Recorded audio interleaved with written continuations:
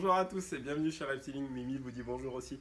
Alors aujourd'hui une petite vidéo sur la gamme barbu nain, le Pogona Henri Lansoni. Aujourd'hui je vais essayer de vous expliquer dans cette vidéo comment on les élève, qu'est-ce qu'il faut comme taille de terrarium, l'éclairage, l'alimentation, le type de chauffage, comment les sexer, le mode de reproduction, quelques petites anecdotes.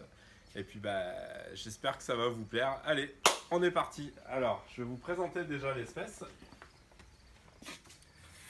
Donc en fait, c'est un petit agame qui mesure entre 25 et 30 cm à l'âge adulte. Donc là, vous avez un jeune mâle subadulte, il va grossir un poil plus. Donc ce qui est génial avec ce lézard, c'est qu'on peut l'élever dans un terrarium de taille assez modeste. Pour un seul individu, il faut compter au minimum un terrarium de 80, 40, 40. Si vous voulez élever un trio, il faudra plutôt partir sur un 1,50 m 50. Donc il est très simple à élever, il faut quand même lui fournir des conditions d'élevage adaptées. Donc déjà la chose la plus importante, c'est de mettre en place un chauffage et un éclairage adéquat. Donc on va commencer par l'éclairage. Donc nous, ce qu'on utilise au magasin, et puis moi ce que j'utilise depuis très longtemps, l'élevage Bébésaurus, en fait j'élève des lézards déserticoles depuis une vingtaine d'années. Et bon, j'ai fait pas mal d'expériences plus ou moins fructueuses. En tout cas, ce que j'ai remarqué, c'est que ces animaux vivent dans des milieux arides où il y a une très forte luminosité et qu'il faut absolument essayer de recréer ça en captivité. Donc en captivité, en fait, pour recréer ça, ce qu'on utilise, en fait, ce que j'utilise depuis pas mal de temps, c'est un éclairage avec un tube fluorescent sur toute la longueur du terrarium. Donc dans les tubes fluorescents, il existe plusieurs types de technologies. Nous, ce qu'on utilise, c'est maintenant, c'est les technologies de tubes T5. C'est des tubes qui ont un diamètre plus petit. Pour la même consommation électrique, en fait, par rapport aux anciennes générations, ils vont éclairer de manière plus forte, 2 fois plus fort. Et ils ont, au niveau de l'émission du VB, une émission beaucoup plus pénétrante. Et la durée dans le temps du rayonnement ultraviolet est aussi beaucoup plus importante. Sur des néons T5, après 1 an et demi d'utilisation, par exemple, parce que c'est une technologie qui est assez récente, donc on n'a pas trop de recul.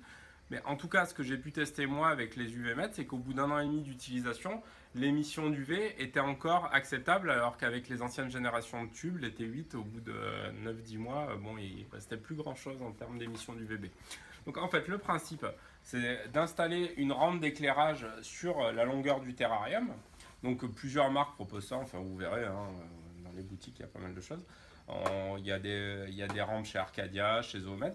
Donc une rampe qui va éclairer le plus de longueur possible afin d'augmenter la luminosité dans le terrarium. Donc ça, ce qu'il faut comprendre, c'est que le rayonnement ultraviolet en fait est filtré par le verre. Donc il faut soit placer votre tube fluorescent au-dessus d'un grillage, soit placer votre tube fluorescent au-dessus du terrarium, mais sans mettre une plaque de verre, sans rien qui risque de bloquer le rayonnement ultraviolet. Donc ça, c'est la première chose, donc un bac bien lumineux.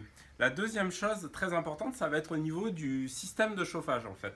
Ce sont des animaux héliophiles, héliothermes. Alors héliophile, ça veut dire qui aiment le soleil, et héliotherme qui se chauffe au soleil.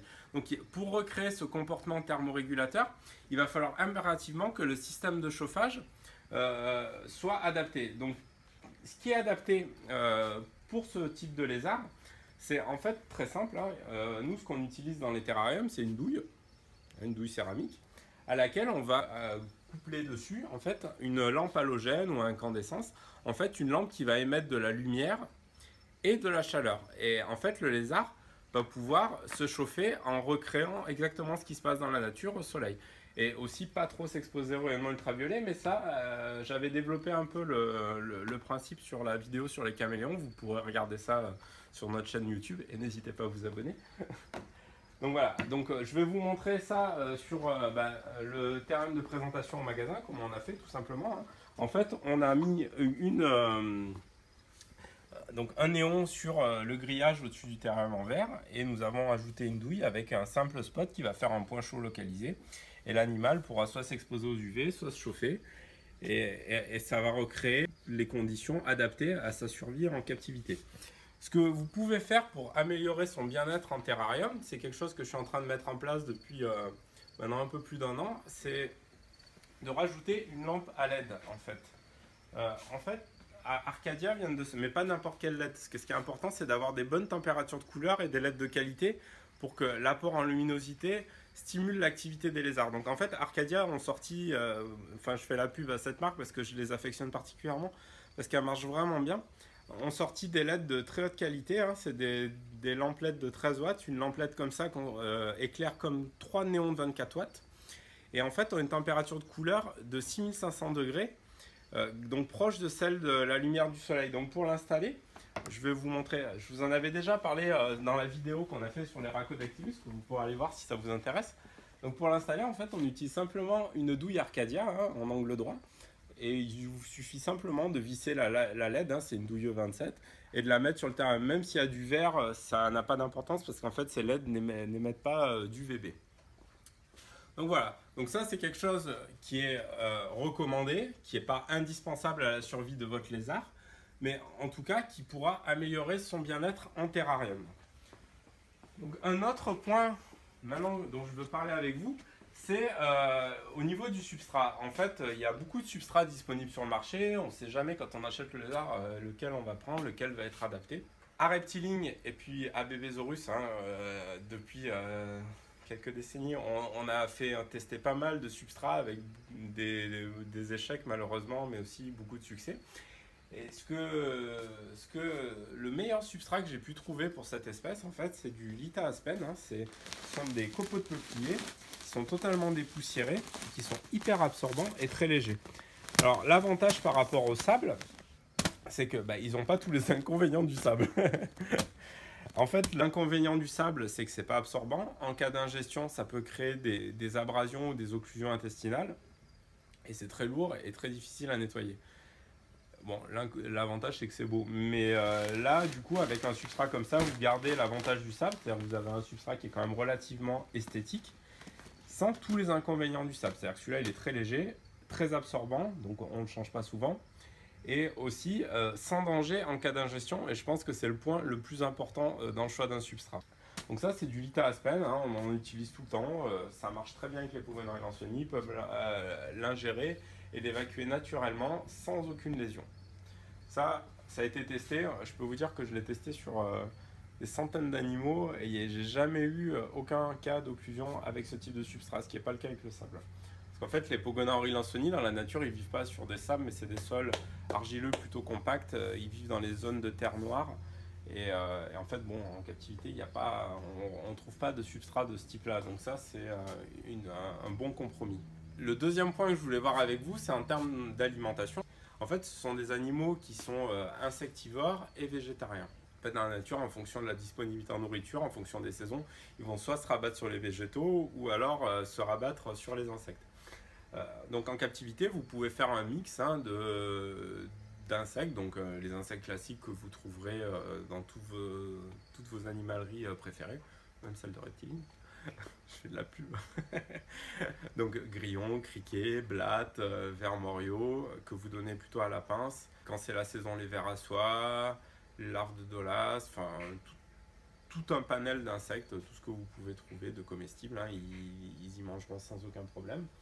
Et pas mal de végétaux, donc un petit peu comme les tortues de terre, hein, si possible, allez récupérer les végétaux dans la nature, hein, prenez plutôt des pissenlits, du trèfle, du plantain, de la luzerne, des végétaux qui sont plutôt pauvres en eau. Parce que les salades que vous allez acheter dans le commerce sont très riches en eau et souvent donnent des excréments un peu plus mous, enfin déséquilibrent les animaux, enfin au niveau intestinal, parce qu'en fait dans la nature ils mangent comme ils vivent en milieu aride, hein, toujours, ils mangent des végétaux plutôt desséchés, et les végétaux qui se rapprochent le plus en captivité, enfin qu'on peut leur donner en captivité, qui se rapprochent le plus de ce qu'ils pourront trouver en milieu naturel, ce seront les végétaux que vous allez ramasser dehors. Mais vous pouvez aussi en fait utiliser des aliments tout près dans le commerce. Alors, je ne sais pas si vous avez vu, je me répète, mais notre vidéo sur les Rhacodactylus où je vous avais parlé de la nourriture d'Alan Repachi, qu'il avait mis au point pour nourrir les geckos à crête. En fait, il a mis au point toute une gamme de nourriture, et notamment celle-ci, le Grub Pie, c'est une nourriture qui a été développée pour les lézards insectivores et qui est faite pour pallier au manque d'insectes. Par exemple, si vous avez plus d'insectes, que vous n'avez pas le temps d'aller dans votre jardinerie préférée ou animalerie préférée, vous pouvez utiliser le grub pie. En fait, ça se présente comment? C'est une sorte de poudre. En fait, ce sont des insectes desséchés et qui ont été enrichis en nutriments, calcium, vitamines, donc parfaitement équilibrés. Cette poudre, il vous suffit de la mélanger avec de l'eau bouillante. Il faut vraiment que l'eau soit bouillante, à peu près 2 tiers, 1 tiers, c'est l'aspect d'un velouté. Donc vous mélangez bien la poudre à l'eau. Vous laissez refroidir au frigo. Une fois que votre préparation est prête, ça va se transformer en une sorte de gâteau. Il vous suffira simplement de couper des petits morceaux de gâteau et de les présenter à la pince à vos pogonas qui pourront les manger facilement. En fait, les premières fois, il suffit de leur présenter à la pince parce qu'ils vont être un peu déconcertés parce qu'ils ne connaissent pas la texture de cette nourriture. Mais une fois qu'ils y ont goûté, comme ça a le goût d'insecte, en fait, ils vont y manger spontanément. Et vous n'aurez plus qu'à y poser dans une gamelle et ils y mangeront spontanément. Donc ça peut soit être utilisé en complément quand vous ne trouvez pas d'insectes, soit si vous en avez marre de vous déplacer pour aller toujours chercher des insectes, machin, ça peut être une bonne alternative en fait. Vous pouvez, à la place des insectes, donner le grub pie de chez Repachi. Repachi aussi a mis en place une autre nourriture qui s'appelle le Veggie Burger. Donc c'est une nourriture un peu plus complète où il y a à la fois des fibres et des protéines. Donc qui se prépare de la même manière et qui peut être aussi une bonne nourriture de remplacement. En tout cas, ça fonctionne bien, c'est très appétant, parce que beaucoup de marques proposent des nourritures, mais bon, généralement les animaux ne veulent pas les manger. Celle d'Alain Repachi, on les conseille simplement parce que ça fonctionne. Vous pouvez utiliser aussi des fleurs séchées que vous laissez dans le terrarium. Ils aiment bien en fait manger des végétaux secs, que ce soit des fleurs ou alors là, comme vous voyez dans notre terrarium, du foin en fait. Ça doit leur rappeler les herbes sèches qu'ils mangent dans le désert en fait. Et en fait, ils en mangent assez facilement. Et nous, on en met toujours à disposition dans le terrarium. Donc une autre chose que vous pouvez toujours laisser à disposition, comme je ne sais pas si vous voyez sur la vidéo sûrement, c'est une gamelle de calcium en fait. Nous, on laisse toujours du calcium à disposition. Et comme les gécoléopards, en fait, ils vont se servir directement dedans en fonction de leurs besoins. Vous pouvez supplémenter une fois par semaine avec des vitamines, mais pas plus, pas besoin de sursupplémenter. Une hypervitaminose peut avoir des effets néphrotoxiques, enfin des effets toxiques au niveau des reins. Et donc, il ne faut pas exagérer l'administration de vitamines à vos lézards. Donc voilà, donc là on a fait le tour du chauffage, de l'éclairage, de l'alimentation. Un autre point que je voulais aborder avec vous, c'est l'hivernage. C'est un point très important parce que cette espèce, contrairement à Pogona viticeps, a réellement besoin d'avoir une variation de photopériode entre l'été et l'hiver. Alors la photopériode, c'est quoi? C'est juste la durée du jour, comme chez nous en fait, où vous avez remarqué que les journées sont plus longues en été et plus courtes en hiver. Et il y a vraiment besoin d'avoir ce changement de photopériode en captivité qui va déterminer en fait son activité. C'est-à-dire qu'en hiver, dans la nature, ils hibernent et les Pogonors et l'enseignant, en tout cas, même si on ne fait pas varier la photopériode, en fait, ça leur crée des dérèglements et du coup, ils peuvent se mettre à hiberner n'importe quand. Donc c'est vraiment très important de faire varier la photopériode, simplement en se calant sur ce qui se passe dehors. C'est-à-dire que quand le soleil se lève, vous allumez, quand il se couche, vous éteignez. Vous faites varier la photopériode de 8 heures en hiver à 13-14 heures en été. Et vous verrez qu'en hiver, souvent, il va se mettre à hiberner spontanément. Donc quand ça arrive, il faut simplement arrêter de le nourrir, lui laisser une quinzaine de jours le temps de vider son tube digestif et puis arrêter le chauffage pendant 2-3 mois, le temps de l'hiver en fait. Et le fait de rallumer le chauffage et l'éclairage va stimuler aussi le processus de reproduction et je pense aussi son espérance de vie en captivité. En tout cas, c'est vraiment très très important pour les Pogonors ilansoni, plus que pour les autres espèces, même si je me répète. Maintenant, on va regarder en termes de reproduction. Donc déjà, pour les reproduire, la première chose à faire, ça va être d'être capable de reconnaître les mâles et les femelles. Parce que si vous vous retrouvez avec un groupe de mâles ou un groupe de femelles derrière, ça va être difficile. Donc, chez les Pogonors, en tout cas, c'est valable pour Pogona viticeps, minor ou Henri Lansoni. C'est relativement simple de les sexer, surtout sur des adultes. Donc sur des juvéniles, ça peut se faire exactement de la même manière, simplement il faut avoir un œil un petit peu plus expérimenté pour avoir un taux de sexage fiable. Donc pour les sexer, très simple, il vous suffit, il n'a pas envie. Allez, viens pépère, je ne vais pas te faire de mal. Donc en fait, il suffit de prendre la queue de votre agame et de la remonter vers la tête. comme un scorpion. Vous prenez ensuite la base de la queue et vous faites des petits mouvements de rotation de droite à gauche. Et là, vous allez voir apparaître deux petites poches. Je ne sais pas si on les voit bien. Voilà. Surtout quand on fait bouger la base de la queue. Vous voyez apparaître deux petites poches et c'est la présence en fait des hémipénis. En fait, le pénis chez les lézards est divisé en deux. Vous avez un hémipénis à droite et un hémipénis à gauche. Nous c'est pas pareil. Un autre point qui peut être sujet à polémique en captivité, c'est à quel âge les reproduire. Et souvent, en fait, il y a beaucoup d'avis tranchés, de dogmes, machin. Alors, je vais vous conter juste ma première expérience avec cette espèce, dans les années 2000, en fait. C'est là où j'ai commencé à élever cette espèce. J'avais acheté un premier groupe de juvéniles à un ami éleveur, qui les avait reproduits, lui, je pense, pour la première fois en France. Et donc, j'avais acheté un groupe de Pogonari lansoni, je crois que j'en avais pris 10 ou 15, je ne me rappelle plus. Et comme cette espèce était extrêmement rare et que je voulais vraiment pas faire d'erreur, je me suis dit, oula mon petit, tu vas séparer les mâles et les femelles, tu vas faire grossir les femelles d'un côté, tu vas séparer les mâles de l'autre, et tu reproduiras les femelles quand elles ont au moins 2 ans, parce que comme ça au moins elles auront une taille adaptée, ça sera bien, elles ne risquent pas de pondre trop jeunes, et tu risques pas de les épuiser. Chose que j'ai faite. Le premier hiver se passe, tout se passe bien, le printemps arrive, et là, qu'est-ce que je vois dans le bac des femelles? Une femelle dominante qui commence à se comporter exactement comme un mâle. Je dis mince, je me suis trompé dans le sexage. Elle faisait des hochements de tête, elle avait des tentatives d'accouplement, elle attrapait les autres femelles sur la nuque et essayait de passer sa queue dessous. Et j'ai même assisté à des accouplements. Mais en regardant de plus près, en fait, les hémipénis ne sortaient pas puisque c'était deux femelles. Et cette femelle dominante-là, en fait, c'est accouplée avec toutes les femelles du groupe. Je dis mince. Et qu'est-ce qui s'est passé?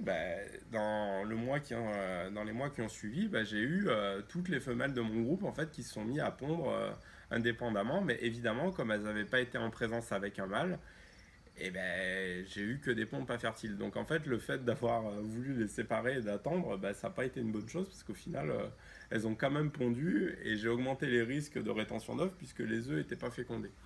Mon ami éleveur aussi avait eu une expérience du même type où il avait séparé le mâle de son groupe de femelles pour pas les reproduire cette année-là parce qu'il voulait pas, parce que les femelles avaient un peu souffert l'année d'avant. Et ces femelles-là, même sans présence de mâle, en fait, se sont mis à pondre et ont fait, pour le coup, des œufs fertiles. Elles ont été capables sûrement de retenir le sperme des accouplements de l'année d'avant. Donc en fait, en captivité, vous pouvez élever donc soit un animal seul dans un petit bac ou un gros bac, peu importe, soit les élever plutôt au minimum en trio, parce que c'est vrai que les mâles sont parfois un peu pénibles avec les femelles, ils ont tendance à les harceler, et donc c'est mieux de pouvoir mettre deux ou plusieurs femelles pour limiter l'appétit sexuel du mâle sur un seul individu. On peut parler aussi de l'historique en fait de ces animaux. En fait, ils ont été élevés en captivité en 1982. Les premiers imports d'Australie ont eu lieu en 1982 de femelles gravides. En fait, il y en a qui sont arrivées aux États-Unis et en Europe, en Allemagne. Et la chose qui est assez drôle, c'est que cette espèce a été découverte par la science et décrite seulement en 1985. En fait, ils ont été élevés, reproduits en captivité avant qu'on connaisse leur existence dans la nature. C'est quand même assez drôle. Leur nom, en fait, Pogona Henry Lansoni, vient du célèbre poète australien Henry Lanson, que vous connaissez tous, bien évidemment. Si vous voulez, je peux vous réciter un de ses poèmes. Non? Bon, tant pis, je vous réciterai pas. C'est vrai que j'ai pas un accent australien vraiment adapté, donc du coup, ça risque de perdre... ça risque de perdre en profondeur. Ce qu'on peut faire, en fait, c'est un petit tour aussi des trois espèces de Pogona pour vous montrer les différences entre elles. Donc nous, à Reptiligny, en ce moment, on est content. On a trois espèces de Pogona. On a la plus rare d'entre elles. Il y a encore 2 ans, elle était vraiment introuvable. C'est Pogona minor. Donc c'est un des plus petits, pareil. qui fait une trentaine de centimètres, une fois adulte. Bon, qui a l'aspect un peu du Pogonaviticeps avec une tête typique triangulaire. Alors vous inquiétez pas, hein, lui on l'a mis sur du sable parce que justement c'est une exception. Dans la nature, c'est une espèce qui vit sur du sable justement. C'est pour ça qu'on essaie de recréer ça dans le terrarium. Et puis je vais vous présenter aussi les beaucoup plus classiques Pogona Viticeps. On va prendre, j'ai un gros mâle là. Voilà. Donc voilà, ça c'est un mâle adulte. Donc vous voyez la différence avec une tête très bien triangulaire, une barbe bien prononcée et des écailles épineuses aussi bien évidentes. Voilà.